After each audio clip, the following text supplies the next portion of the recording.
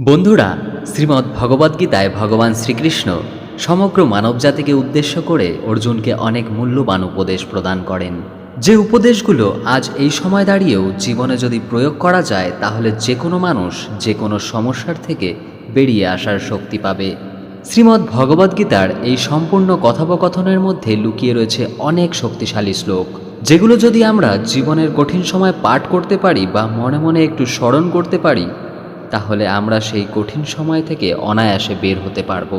কিন্তু অনেকেই এই শ্লোকগুলোর ব্যাপারে জানে না বলে তারা কঠিন সময় পড়লে ঘাবড়ে যায় এবং বুঝে উঠতে পারে না কি করবে। আর এই মারাত্মক শ্লোকটির মধ্যে শ্রীকৃষ্ণ নিজেই সমস্ত সমস্যার সমাধানের কথা বলে গেছেন।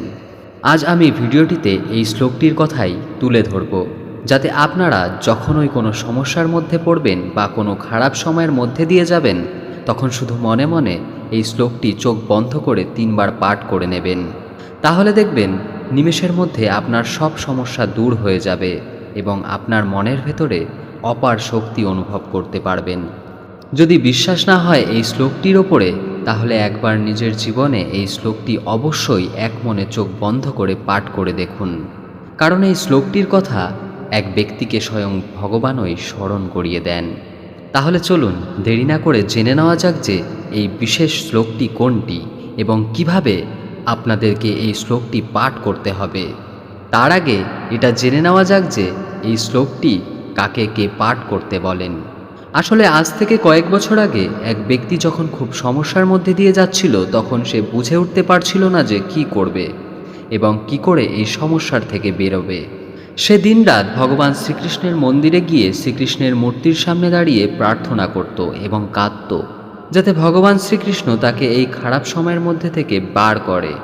কিন্তু কিছুতেই সে কোনো রাস্তা পাচ্ছিল না। আর ঠিক এরকম সময় একদিন এক পুরোহিতের নজর তার ওপর পড়ে এবং সেই পুরোহিত দেখে যে সেই লোকটি অঝরে ভগবান শ্রীকৃষ্ণের মূর্তির সামনে দাঁড়িয়ে কান্না করছে। পুরোহিত তখন এই লোকটির কাছে গিয়ে জিজ্ঞাসা করেন যে, আপনার কি সমস্যা হয়েছে? আপনি কেন ভগবানের সামনে দাঁড়িয়ে এরকমভাবে কাঁদছেন? উত্তরে সেই লোকটি বললেন, আমি আমার ব্যবসায় বিশাল পরিমাণে লোকসান করেছি। আমার ঘরবাড়ি সব বেচার অবস্থায় চলে এসেছে। লোকের দেনায় ডুবে আছি আমি। কি করব বুঝতে পারছি না।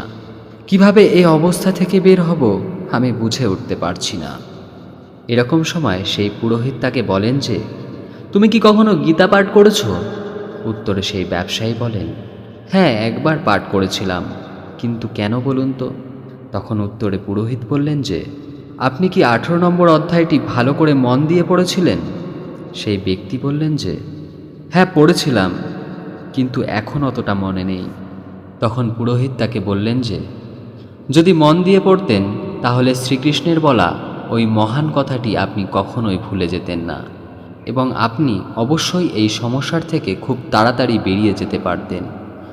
তখন লোকটি বললেন যে, আপনি কোন শ্লোকটির কথা বলছেন, একটু পরিষ্কার করে বলবেন আমাকে? তখন সেই পুরোহিত তাকে সেই বিশেষ শ্লোকটি বললেন, সর্বধর্মাং পরিত্যজ্য মামেকং শরণং ব্রজ অহং তৎ সর্ব পাপেভ্য মক্ষয়িষ্যামি মা শুচ। এই শ্লোকটির অর্থ হল, সর্বপ্রকার ধর্ম পরিত্যাগ করে কেবল আমার শরণাগত হও, আমি তোমাকে সমস্ত পাপ থেকে মুক্ত করব, তুমি শোক করো না।